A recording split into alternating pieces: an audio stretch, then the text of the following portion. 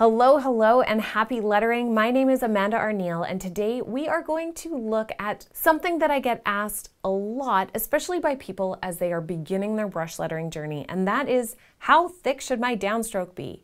Which is directly related to the question, how hard should you push on your pen?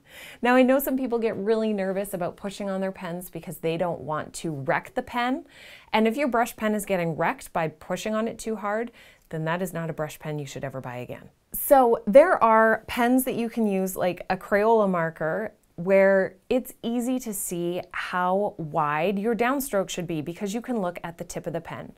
So when you're pressing, it's probably going to be from the tip to this point wide, right? Because that is using the side of the pen. Now, you might also notice that my hand is positioned directly to the side of where I'm writing. Because, watch this, if you put your hand underneath where you're writing and you try, well, you can, if you do push that whole way down, it's not actually as thick as if your hand is to the side and you're pressing down. This was the exact same amount of pressure, but putting your pen underneath means that there is no way it can get to its full downstroke potential. And we don't want anything ever to not reach its full potential. So one thing you need to make sure is that your hand is always directly to the side of where you're writing to get your best downstroke. How can you tell if you are angling your hand as you go? Well, look at the difference in the top of the line there. Here, straight across, because the pen is hitting the top of the page straight. Here, crooked, because the pen is hitting the top of its stroke at an angle. If you ever have your pen at an angle, you're not getting your full downstroke. So that was with a Crayola marker, which doesn't actually have any flex to it. But let's look at some pens with flex. For instance, the Tombow Feud soft nib. I also have the hard nib here, but it runs the exact same way. When you are doing your downstroke, you want to be putting full pressure on the pen, which will cause your pen to flex to the side. And from the base of the tip to the very tip, that's how thick your downstroke will be, because that is the pen that you are pushing onto the page. Again, if your hand is down below and you're putting full pressure on and going down, you're not going to get a full thickness downstroke just because of your hand placement. So it's not even how hard should I push on the pen, it's also where should my hand be to get that full downstroke. Your hand should always be at the side. Now you'll notice that the downstroke for this pen and the downstroke for the Crayola pen were totally different. Every single pen, like this Mon Ami pen, is going to be different. This one is not super thick, but if you're underneath, it's not as thick still. So you always want to make sure your hand is to the side. You can put full pressure onto these brush pens, and that is how thick your downstroke should be. Of course, though, if you're doing a letter like O, your downstroke is only this short portion right here of the stroke. The other parts of your downstroke are tapers. So don't think that your O needs to be heavy all the way down on that one side without tapers. You need to have that area of taper still. So there's only a little bit of a downstroke. Whereas if you're doing a letter like L, you're going to have more space for that nice thick downstroke to show off. But your downstroke should always be the full pressure of the pen. Now, as you pick different pens, you're going to have different downstroke thickness. And that is simply because of how much flex that tip will get.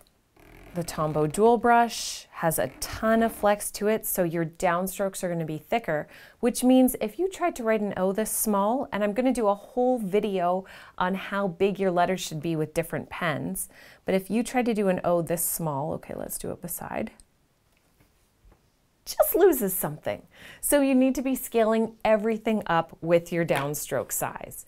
If the downstroke is larger, the size of the overall letter should be larger. But like I said, I'm going to do a whole video on that. So this is another pen that I found, which is slightly smaller, but again, that downstroke is always thicker when your hand is to the side than when your hand is underneath. So to get your maximum thickness, your pen and your hand should always be to the side of where you're writing.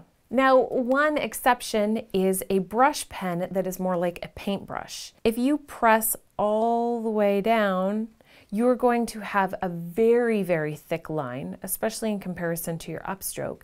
And you'll also have these edges on the side where it splays and you don't get a crisp, clean line. So for this, you want to push, but not with all the pressure. Whenever I get a new pen, I always like to test it out by doing these downstrokes, hand to the side, to see exactly how big the downstroke is.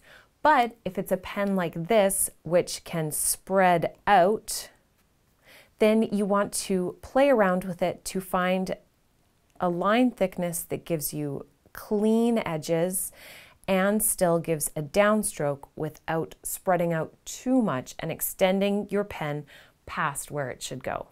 So how thick should your downstroke be? It should be the full pressure thickness of the pen for a brush marker that is a marker and not one that's shaped like a paintbrush. How much pressure should you put on your pen?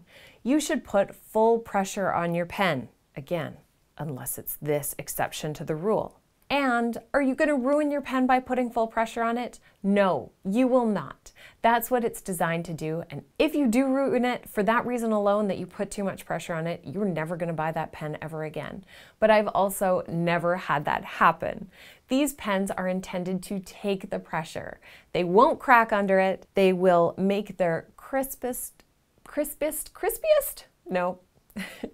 Their most crisp lines when you are doing your full pressure, and that will also ensure that your downstroke thickness is consistent from letter to letter.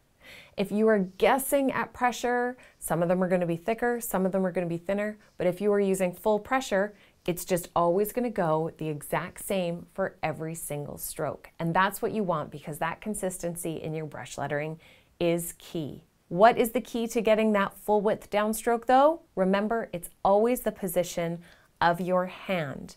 Your hand needs to be at the side of where you're writing in order to get the full thickness of that downstroke of your pen. Underneath, it's not your full downstroke. Make sure you're using your pens to their full potential by putting your hand to the side as you write, and also by using that full pressure.